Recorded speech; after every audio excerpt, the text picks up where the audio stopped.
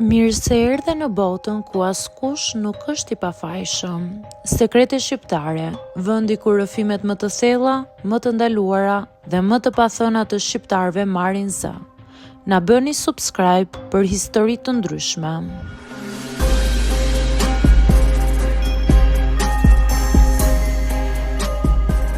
Nga mjek përfundova pastrues në Amerikë. Në Shqipëri isha dikushi. Isha mjek, një njeri që njerëzit e respektonin, që prindrit krenoheshin kur e përmendnin. Kisha studiuar për vite, kisha qëndruar net pa gjumë, kisha kaluar çdo provim me shumë ndershmëri. E gjithë rinia ime kishte kaluar mes librave, spitaleve dhe ëndrrës për të bërë dikush që shpëton jetë. Dhe u bëra, por jo për shumë gjatë. Pas 10 vitesh punë, kuptova se në vendin tim dinjiteti nuk paguhet. Çdo ditë duhej të përballesha me mungesa, me paga qesharake, me njerëz që të trajtonin më mirë nëse kishe mik sesa nëse kishe vlerë. Shija koleget që pasuroheshin në mënyra të pista, ndërsa unë nuk kisha para as për ta paguar që ranë në fund të muajit. Dhe atëherë mora vendimin që më ndryshoi jetën, të ikja. Shkova në Amerikë me vizë pune me ëndrrën se atje puna vlerësohet dhe se meriton nëse mundohesh, por realiteti ishte ndryshe. Askujt nuk interesonte që unë kisha diplom, që kisha shpëtuar njerëz, që kisha punuar në spitale. Për ta unë isha thjesht një emigrant pa licencë amerikane. Nuk mund të punoja si mjek, as si infermier dhe as si asistent. Në fillim u përpoqja të mos dorëzohesha, aplikova në 10 vende pune. Dërgova dokumente, prita muaj të tërë, por çdo përgjigje ishte e njëjtë. Na vjen keq. Kështu një ditë mora fshesën në dorë.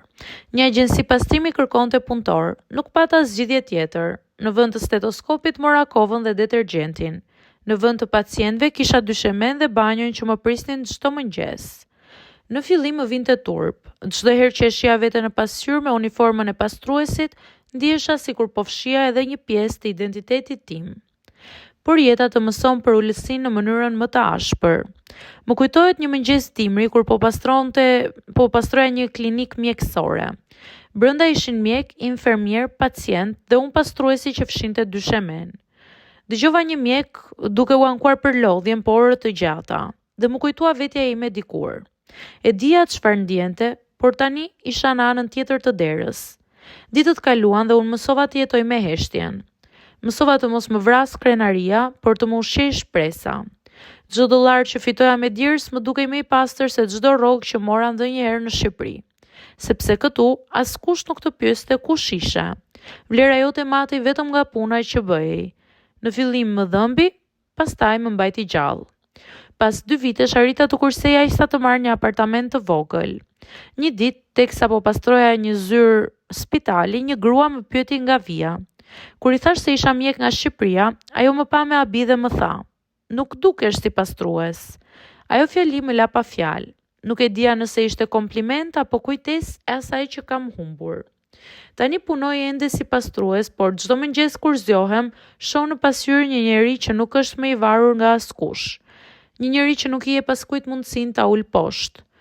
Po, nuk jam mjek, por jam i ndershëm. Nuk shpëtoj me jetë në sallë operacioni, por shpëtoj çdo ditë dinjitetin tim me punë të ndershme. Ndonjëherë kur mbaj kovën në dorë, ndjej sikur mbaj kujtimet e jetës time në të.